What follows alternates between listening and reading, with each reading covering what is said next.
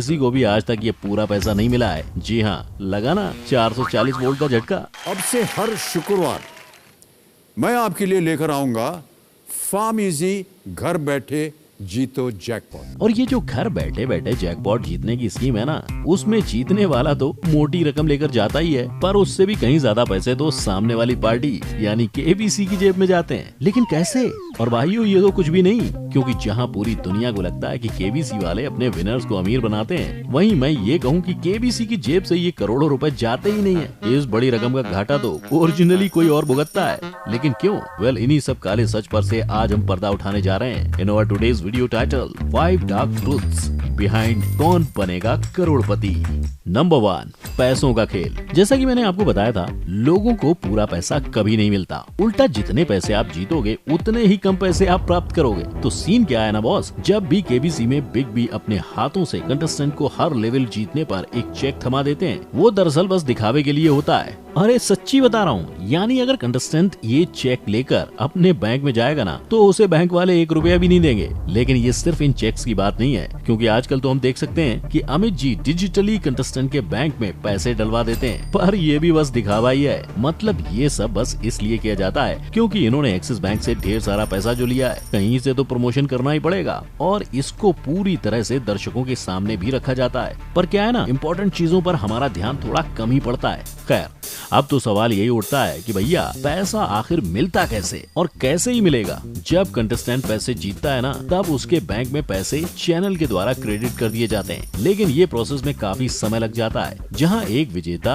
अभिनव पांडे को तो उनकी विनिंग प्राइस पूरे 4 महीने बाद मिली थी। पर ये मेन बात नहीं है। मेन बात तो ये है कि कंटेस्टेंट चाहे कितने भी पैसे क्यों ना जीत जाए, उसे पूरे पैसे घर ले जाने का लाभ कभी भी उठाने को नहीं मिलता। और ऐसा इसलिए क्योंकि अगर कोई इंसान ऑनलाइन या टीवी के कोई गेम शो में पैसा कमाता है, तो उस रकम पर इनकम फ्रॉम अदर सोर्स के हिसाब से 30.9% का टैक्स लगाया जाता है। यानी अगर कोई 1 करोड़ की रकम जीतता है, तो उसे सिर्फ 69,10,000 रुपए घर ले जाने को मिलेंगे। मतलब बाकी का 30.90 लाख यानी 30,90,000 उड़नछू। नंबर 2, केबीसी के विनर की दुखद कहानी। ये भाई साहब जो 5 करोड़ की प्राइज मनी जीतकर करोड़पति बन गए थे, वो आज बन गए हैं रोडपति। ये केबीसी 5 के ग्रैंड प्राइज के विजेता सुशील कुमार हैं, जिन्होंने 5 करोड़ जीतकर केबीसी के इतिहास में अपनी जगह बना ली थी। लेकिन यही पैसा जिसने उन्हें रातों रात स्टार बना दिया था, वही उनके जीवन का सबसे खराब वक्त भी लेकर आया था, जिसके बारे में उन्होंने अपनी जीत के पूरे 10 साल बाद एक फेसबुक पोस्ट के द्वारा पूरी दुनिया के सामने उसको रखा था। और इस पोस्ट के हिसाब से शुरुआत में उनकी एक ऐतिहासिक जीत के कारण देश भर में उन्हें काफी सम्मान और प्यार मिला था, जहां उन्होंने कई सारे इंटरव्यूज भी दिए थे। और तो और उनको लोग इतना पसंद करने लगे थे कि एक ऐसा समय भी आ गया था जहां उन्होंने महीने भर में 50 से ज्यादा शोज भी किए थे। साथ ही में उनकी फेम की वजह से उन्हें मशहूर डांस रियलिटी शो झलक दिखला जा पर भी जाने का मौका मिला था। पर अब जाहिर सी बात है, उन्हें इतना सारा नाम और शोहरत मिल रही थी, तो दूसरी किसी चीज पर कहां इनका दिल बैठने वाला था। तभी तो उनकी जिंदगी से पढ़ाई ने भी टाटा बाय बाय कह दिया था। लेकिन इसके बावजूद उन्होंने अपने प्राइज मनी से बहुत सारे लोगों की मदद भी की थी, जहां उन्होंने कई सारे एनजीओज में डोनेशंस भी किए थे। पर दुर्भाग्यवश उन्हें बाद में इस बात की जानकारी हुई कि उनमें से कई एनजीओज फ्रॉड थे, जिन्होंने सुशील के भोलेपन का फायदा उठाकर उनका सारा पैसा खा लिया था। और इस धोखाधड़ी वाले तनाव के चलते जल्द ही उनकी जिंदगी में दारू और नशे ने घर बना लिया था, जिसकी वजह से उनकी शादीशुदा जिंदगी में भी कई उतार चढ़ाव आ गए थे। लेकिन हद तो तब हो गई जब इस सब के चलते उन्हें अपना घर चलाने के लिए दूध तक बेचना पड़ गया था। पर उन्होंने फिर भी हार नहीं मानी और ये सब उतार चढ़ाव को पार करके आज ये अपने गांव में ही स्कूल के बच्चों को पढ़ाने का काम करते हैं। यानी ये देखकर एक बात तो साफ दिखाई दे रही है कि चाहे कोई कितने भी पैसे केबीसी में जीत जाए, उसके आगे की जिंदगी कैसी होगी ये पूरी तरह उस पर निर्भर करती है। क्योंकि अगर हम दूसरे विनर्स को देखें तो सब ने अपने विनिंग अमाउंट का इस्तेमाल सही तरह से किया है। जैसे केबीसी 1 की विजेता हर्षवर्धन नवाठे अपनी जीत के बाद यूके के स्कूल से अपनी डिग्री हासिल की और आज वो एक बहुत काबिल जगह पर हैं। या अगर हम उदाहरण लें केबीसी जूनियर के विनर रवि मोहन सैनी का, तो इस 14 साल के बच्चे ने अपने बलबूते पर यूपीएससी की पढ़ाई पूरी की और आज वो अपने देश के लिए काम करते हैं। नंबर 3, इतना सारा पैसा आता कहां से है? वैसे आपको जान के खुशी होगी, शायद ना हो, पर विजेता को पैसे देने का काम सिर्फ केवीसी वाले नहीं करते हैं, यानी सारे पैसे उनके पॉकेट से नहीं जाते हैं। तो भाई कौन इतना दरिया दिल है जो ऐसे ही लोगों को फ्री में पैसे बांट रहा है? अब इसका चक्कर कुछ ऐसा है ना कि केबीसी ने भी हमारी तुम्हारी तरह खुद पर इंश्योरेंस निकलवा के रखा हुआ है, ताकि अगर कभी दुर्भाग्यवश केबीसी के सेट पर कोई अनहोनी घट जाती है, जैसे कहीं आग लग जाती है या भूकंप के कारण कोई डैमेज आ जाए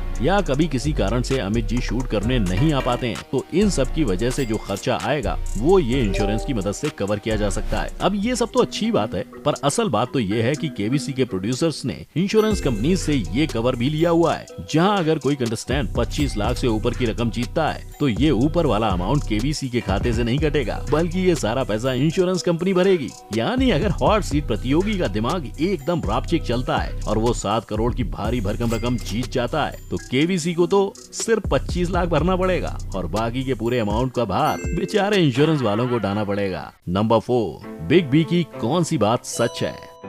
वैसे अब देखो, टीवी पर शो चला रहे हैं तो थोड़ा थोड़ा तो स्क्रिप्टेड होगा ही, लेकिन सवाल ये है कि आखिर किस हद तक सब फेक होता है। अब इस पिक्चर का सीन कुछ ऐसा है कि हमारे बिग बी केबीसी के हर एपिसोड में जो मस्त मस्त बातें करते हैं ना, दरअसल वो सारी बातें उनके मन से निकले हुए शब्द नहीं होते हैं, बल्कि रियलिटी तो ये है जैसे हर रियलिटी शो या लाइव शो में होता है, वैसे ही यहाँ पर प्रॉम्प्टर्स लगे होते हैं, जहाँ एक छोटी सी स्क्रीन पर बिग बी के सारे लाइन्स लिखे हुए होते हैं, जिसे पढ़ पढ़ कर ही ये सालों से दर्शकों को इतने बढ़िया एपिसोड्स देते आ रहे हैं। लेकिन बस इतना ही नहीं, कुछ सूत्रों से ये जानकारी भी हासिल हुई है कि जो हर एपिसोड के पहले हॉट सीट पर बैठे कंटेस्टेंट की जीवन गाथा बताते हैं ना, वो सब कुछ हद तक फेक होता है, जहां उनके परिवार वाले भी असली नहीं होते हैं। पर अब इस बात पर हमें विश्वास करना चाहिए या नहीं, उस पर थोड़ा डाउट है, क्योंकि पास कंटेस्टेंट की माने तो उनके हिसाब से केबीसी वाले कोई भी गड़बड़ घोटाला नहीं करते हैं, ना ही शो में किसी तरह की स्क्रिप्टिंग की जाती है। उल्टा अगर उनकी माने तो उनको अपने हिसाब से बोलने का पूरा मौका दिया जाता है और सब कुछ रियल ही होता है। और अगर अब बात की जाए जहां अमित जी हर सवाल के बाद वो टॉपिक पर मस्त सा फैक्ट सुनाते हैं, तो यहाँ सीन थोड़ा सा बदल जाता है, क्योंकि इनका कंप्यूटर जी बाकियों के कंप्यूटर स्क्रीन से थोड़ा सा अलग दिखता है। जहां कंटेस्टेंट के स्क्रीन पर बस चल रहा सवाल और ऑप्शंस दिखाई देते हैं, वहीं अमित जी के कंप्यूटर पर सवाल और ऑप्शंस के साथ ही सामने बैठे इंसान की सारी जन्म कुंडली, उसने अभी तक गेम में कितने लाइफ लाइन्स इस्तेमाल किए हैं, बाकी ऑप्शंस की लिस्ट, और तो और जो सवाल चल रहा है उसके बारे में थोड़ी एक्स्ट्रा इन्फॉर्मेशन होती है, जिसको बाद में अमित जी दर्शकों के सामने रखते हैं। यानी एक बात तो क्लियर है कि भले ही इस शो में थोड़ी बहुत स्क्रिप्टिंग चल जाती है, पर बड़े पिक्चर में देखें तो शो काफी रियल ही है। नंबर 5, घर बैठे जीतो जैकपॉट का रियल स्कीम।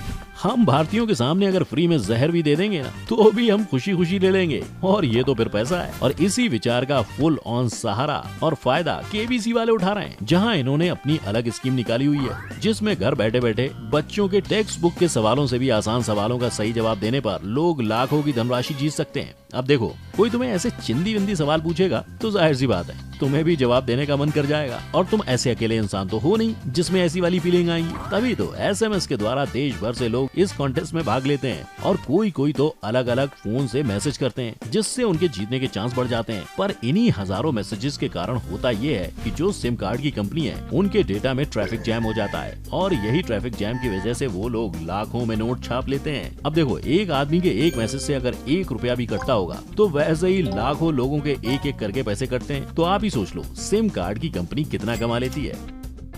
वैसे अब इतना आसान सवाल होता है कि लाखों लोगों के जवाब सही ही होते हैं, तभी तो विजेता चुनने का काम कोई इंसान नहीं बल्कि डिजिटल सिस्टम ही करता है। और आपने अगर ध्यान दिया होगा तो विनर्स हमेशा देश के अलग अलग कोने से चुने जाते हैं, जिससे लोगों को अपने जीतने के चांस दिखते रहें और वो मैसेज करते रहें। अब ये सारे राज की बातें जानकर आपको क्या लगता है, इन सब में से कौन सी बात सच है और कौन सी बात को इग्नोर करना ही बेस्ट होगा? नीचे कमेंट में मुझे अपनी राय जरूर बताना, और ये भी बता दो इन सब डार्क ट्रूथ में से आपको कौन से सच ने सबसे ज्यादा चौंकाया और कौन सी बात आपको पहले से ही पता थी। उसके साथ ही वीडियो को लाइक और लोगों में शेयर जरूर करना, और अगर ऐसी मजेदार वीडियोस देखते रहना चाहते हो तो जल्दी से चैनल को सब्सक्राइब करके साइड वाले बेल आइकन को भी हिट कर देना। जय हिंद।